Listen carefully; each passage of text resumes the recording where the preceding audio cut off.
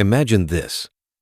You wake up tomorrow morning and discover that every single problem you've ever wrestled with, every sleepless night spent questioning your purpose, every moment of crushing anxiety about the future, every relationship that left you feeling empty, every career decision that felt like walking blindfolded through a minefield has already been solved. Not by a guru on a mountaintop, not by a billionaire with unlimited resources, not by a prophet claiming divine revelation, but by an ordinary man who simply refused to accept the fundamental lie that everyone else had swallowed whole. In this video, we're going to trace the extraordinary path of a man who did exactly that, a journey through the raw corridors of thought, psychology, philosophy, and being itself. And more than that, we will unveil lessons so impactful that they can rewire the way you think, act, and live, starting today. The final one, the last revelation, is the most powerful of them all. It is not just a thought, it is a key to freedom, to meaning, to peace. But before we begin, if this kind of profound exploration speaks to you, if you find meaning in diving deep into the truths about human nature, the soul, and our shared search for understanding, then subscribe to the channel. Give this video a like. Leave a comment below sharing your thoughts. And share this with someone who's also on a journey of self-discovery. Trust me, by the end of this, you won't be the same. This man didn't write best-selling books. He didn't build empires or amass followers. He never stood on stages delivering speeches to thunderous applause. Yet what he discovered was so profound, so earth-shattering in its simplicity, that it rendered every self-help manual, every philosophical treatise, every spiritual teaching you've ever encountered nothing more than elaborate detours around a truth hiding in plain sight. Here's what will disturb you. This man lived quietly among us, worked ordinary jobs, faced the same financial pressures, relationship struggles, and existential dread that keep you awake at 3 a.m. The only difference was that he asked one question that most people are too terrified to consider, a question so simple it sounds almost insulting to our sophisticated minds, yet so dangerous that answering it honestly would collapse the entire framework of how you've been taught to think about existence itself. What if the very act of trying to solve life is the problem? Think about that for a moment. Really think about it. You've spent your entire existence believing that happiness, peace, and fulfillment exist somewhere else in the next promotion, the perfect relationship, the ideal body, the spiritual awakening, the financial freedom. You've been taught that life is a puzzle to be solved, a test to be passed, a mountain to be conquered. Every guru, every therapist, every motivational speaker, every religious leader has offered you their particular solution to the problem of being human. But what if they've all been selling you the same fundamental delusion? What if the endless search for answers, the perpetual quest for improvement, the relentless pursuit of some future state where everything finally makes sense is precisely what keeps you trapped in a prison of your own making? This man discovered something that will challenge everything you believe about personal growth, spiritual development, and the meaning of existence. He found that the very premise underlying all human seeking that something is wrong and needs to be fixed is the root of all suffering, not the symptoms, the root. Consider this paradox. The more desperately you search for peace, the more agitated you become. The harder you try to find yourself, the more lost you feel. The more you struggle to escape your problems, the more entangled you get in them. Every solution becomes a new problem. Every answer generates 10 new questions. Every breakthrough eventually becomes just another plateau from which to launch the next search. You've been running on a treadmill your entire life, convinced that if you just run faster, push harder, try more techniques, read more books, attend more workshops, you'll eventually arrive at some magical destination where the running finally stops. But what if the treadmill itself is the illusion? What if there was never anywhere to go because you were never actually lost? This is where most people's minds rebel. It sounds too simple, too passive, too much like giving up. Your ego, trained by decades of conditioning, immediately begins generating objections. But what about my goals? What about self-improvement? What about solving real problems in the world?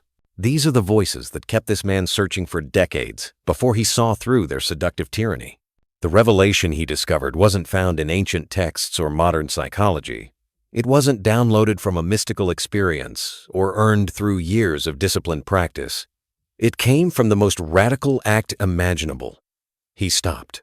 He stopped searching, stopped trying, stopped believing that life was a problem requiring a solution. And in that stopping, everything changed. Not because he found the answer, but because he finally saw that the question itself was the cage. Are you ready to discover what happens when you stop running from a race that was never real? But first, you need to understand the invisible architecture of your own imprisonment. Because what this man discovered didn't emerge in a vacuum. It came from recognizing a psychological trap so sophisticated, so deeply embedded in the fabric of human consciousness, that most people live their entire lives without ever seeing the bars of their cage. The trap begins with a lie that civilization has been telling itself for millennia: that you are incomplete. This isn't just modern marketing manipulation or social media comparison culture. This runs much deeper. Friedrich Nietzsche saw it when he declared that man is a bridge between animal and something higher. The very concept of human potential, of becoming, of self-improvement, carries within it the poisonous assumption that what you are right now is fundamentally insufficient. Carl Jung understood this when he wrote about the shadow that part of ourselves we reject and project onto others. But Jung missed something crucial. The entire enterprise of psychological integration, of making the unconscious conscious, still operates from the premise that there's something wrong that needs to be fixed. Even our most sophisticated therapeutic approaches are built on the foundation of deficiency. Arthur Schopenhauer came closer to the truth when he identified the will to live as the source of all suffering. He saw the desire itself, not the fulfillment or frustration of desire, but the very mechanism of wanting creates an endless cycle of dissatisfaction. But Schopenhauer made the fatal error of believing this was a problem to be solved through renunciation and asceticism. The man who solved life saw what these brilliant minds missed. The seeker is the sought. The problem is not that you're incomplete. The problem is that you believe you're incomplete. And this belief doesn't arise randomly. It's manufactured by the very structure of human consciousness itself. Your brain, that miraculous organ that evolution crafted over millions of years, is fundamentally a problem-solving machine. It survived by constantly scanning for threats, identifying what's missing, preparing for future dangers. This served our ancestors well when the problems were concrete: finding food, avoiding predators, securing shelter. But in the modern world, this same mechanism has turned inward, creating psychological problems where none exist. Viktor Frankl, who survived the Nazi concentration camps, observed that man's primary drive is not pleasure or power, but meaning. He was right, but he didn't see the deeper layer. The search for meaning itself can become a sophisticated form of suffering when you make meaning into something you must find or create, rather than something you simply are. You've already fallen into the trap. Jean-Paul Sartre declared that existence precedes essence, that we exist first, and then create meaning. But this existentialist framework, for all its sophistication, still positions you as a project to be completed, a story to be written, a self to be created. It's the same fundamental error dressed in philosophical clothing. The psychological establishment has built entire industries around this core delusion. Therapy promises integration, coaching promises optimization, spirituality promises enlightenment, but they all operate from the same false premise that you are a problem requiring a solution. What this man realized was that every attempt to improve, heal, or transcend yourself only strengthens the illusion that there's someone who needs improving. Every spiritual practice, every therapeutic breakthrough, every moment of insight becomes another link in the chain of seeking. But the implications of this recognition go far deeper than personal psychology. When you begin to see how this mechanism operates, you start to notice its tentacles reaching into every aspect of human civilization, and that's where the real horror begins. Look around you. Every advertisement you see, every social media post that triggers comparison, every news story that feeds your anxiety, every product promising to make you better, faster, stronger, more attractive, all of it operates on the same fundamental assumption: you are not enough as you are. But this isn't just marketing. It's the invisible operating system of modern civilization, and its effects are far more devastating than you realize. The neuroscience is clear.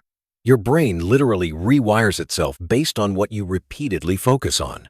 When you constantly engage with content that reinforces inadequacy, whether it's self-improvement, podcasts, before and after transformations, or endless optimization hacks, you're training your neural pathways to see problems everywhere. The brain's neuroplasticity, which could be humanity's greatest gift, becomes the mechanism of its own imprisonment. Consider the psychological phenomenon known as the hedonic treadmill. No matter what you achieve, no matter what problem you solve, your baseline happiness returns to its previous level within months. Psychologists present this as a curious quirk of human nature, but they miss its profound implication. The very act of believing that external changes can create internal fulfillment is what keeps you trapped on the treadmill. You're not failing to find the right solution. You're succeeding perfectly at reinforcing the illusion that a solution exists. The culture of productivity and optimization has become a sophisticated form of psychological warfare. When you track your habits, measure your progress, and constantly evaluate your performance, you're not improving your life, you're fragmenting your experience into problems to be solved. The quantified self movement, with its promise of data-driven self-improvement, is perhaps the most refined expression of this delusion. You become a collection of metrics, rather than a living, breathing presence. Social media amplifies this exponentially through what psychologists call compare and despair. But the real damage isn't the comparison itself. It's how platforms are engineered to exploit your brain's reward. Systems. Every like, comment, and share triggers a small dopamine hit that reinforces the seeking behavior. You're not just comparing yourself to others. You're literally addicting yourself to the feeling of inadequacy that drives engagement. The wellness industry, worth over $4.5 trillion globally, thrives on this manufactured dissatisfaction. Meditation apps promise inner peace, therapy promises healing, coaching promises breakthrough, but they all profit from keeping you in a state of perpetual seeking. The moment you realize you don't need fixing is the moment their business model collapses. Even more insidious is how this mechanism shapes your relationships. When you believe you're incomplete, you unconsciously seek others to complete you. This creates what psychologists call codependency. But it's actually the inevitable result of the incompleteness delusion. You don't just have relationship problems. You are the relationship problem, because you're approaching connection from deficit rather than wholeness. The political sphere exploits this ruthlessly. Every ideology, every movement, every cause offers you an identity to complete yourself, an enemy to blame for your dissatisfaction, a future utopia where all problems will finally be solved. Whether it's left or right, progressive or conservative, the structure is identical. You are insufficient, they are the problem, and our solution will make you whole. Perhaps most tragically, this extends into how you relate to time itself. You live in a perpetual state of not yet successful enough, not yet healed enough, not yet enlightened enough. The present moment becomes nothing more than a stepping stone to some imaginary future where you'll finally arrive. You miss your entire life waiting for it to begin. But here's what will shake you. Every attempt to escape this trap using the same thinking that created it only strengthens the prison. Every solution becomes a new problem. Every answer generates 10 new questions. Every breakthrough reveals 10 new areas that need work. The man who solved life saw through all of it. But his solution wasn't what you think. What this man discovered wasn't another technique, another practice, another path to enlightenment. His rebellion was far more radical. He simply stopped. He stopped seeking, stopped trying, stopped believing that life was a problem requiring a solution. And in that stopping, something extraordinary happened, not because he found the answer, but because he finally saw that the question itself was the cage. This isn't the passive resignation that most people fear. This is the most active, conscious choice you can make. The choice to withdraw your participation from the entire enterprise of self-improvement. It's what the Taoists called Wu Wei, effortless action, but taken to its ultimate conclusion. You don't overcome the ego. You stop feeding it with your attention. Consider how every spiritual tradition has missed this point. Buddhism promises the end of suffering through the Noble Eightfold Path, but still positions suffering as a problem to be solved.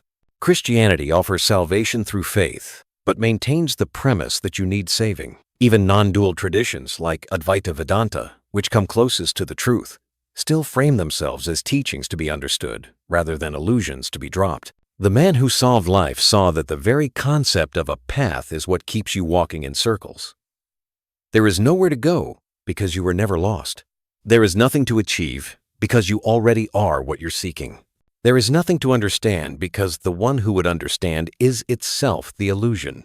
This recognition requires a complete inversion of everything you've been taught about personal growth. Instead of asking, "How can I improve myself?" you ask, "Who is the I that needs improving?" Instead of seeking experiences, you become curious about the experiencer. Instead of trying to fix your problems, you investigate the one who has problems.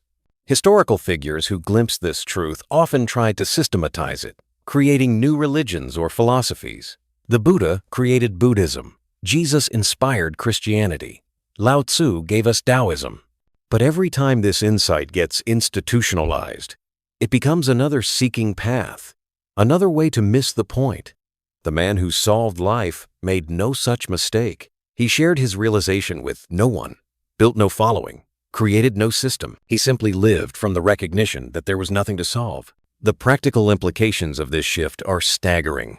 When you stop trying to manage your thoughts, they lose their compulsive power over you.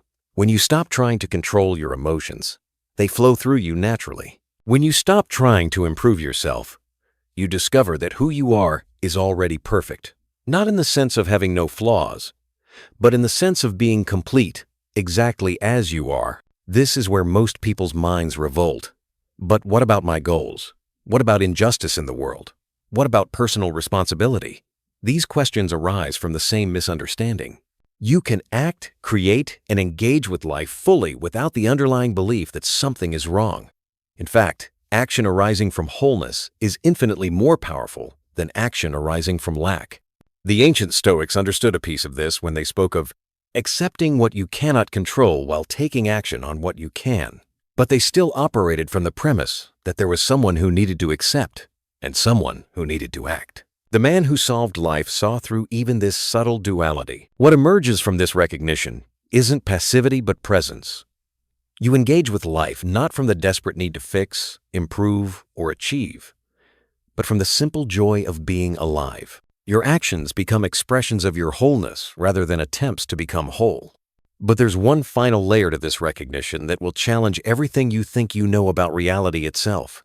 Here is the revelation that shattered everything this man thought he knew about existence. The insight so profound that it didn't just change his life, it revealed that there had never been a life to change, never been a person living it, and never been a problem to solve. This final recognition is so simple that your mind will reject it, so obvious that it's been hiding in plain sight your entire existence, and so radical that accepting it would collapse the entire foundation of what you call your story. There is no one there to have a life. Let that penetrate deeper than your intellectual understanding. Right now, as you process these words, look for the one who is reading. Where is this you that you're so certain exists? You'll find thoughts arising and passing away, sensations flowing through awareness, emotions moving like weather through an open sky, but can you locate the solid, continuous self that you believe is experiencing all of this? What you call your life is nothing more than a stream of experiences arising in awareness, with no central experiencer to be found. The self you've been trying to improve, heal, and fulfill is a mirage, a collection of memories, thoughts, and sensations that the mind has woven together into a convincing story of continuity. But stories aren't real. Characters aren't real. Only the telling is real. This isn't philosophical speculation, it's direct recognition. The man who solved life spent years in quiet observation, looking for this self that seemed so obvious, so undeniable. He looked in his thoughts, but thoughts were just arising and passing phenomena. He looked in his emotions, but emotions were just temporary energetic movements. He looked in his memories, but memories were just present moment experiences of remembering. Everywhere he looked for the self, he found only experiences with no experiencer. The neuroscientist Sam Harris points toward this when he speaks of consciousness being selfless. But even this framing suggests there's someone who could recognize selflessness. The Buddha glimpsed it when he spoke of Anatman. No, self but Buddhism turned this insight into another path, another attainment for someone to achieve. The recognition the man who solved life came to was more radical. There was never anyone there to achieve no self. This realization doesn't destroy your personality, your memories, or your capacity to function. It reveals that these were never yours to begin with. They're simply arising in awareness, like clouds forming in an empty sky. The sky isn't disturbed by the clouds, doesn't claim ownership of them, doesn't try to improve them.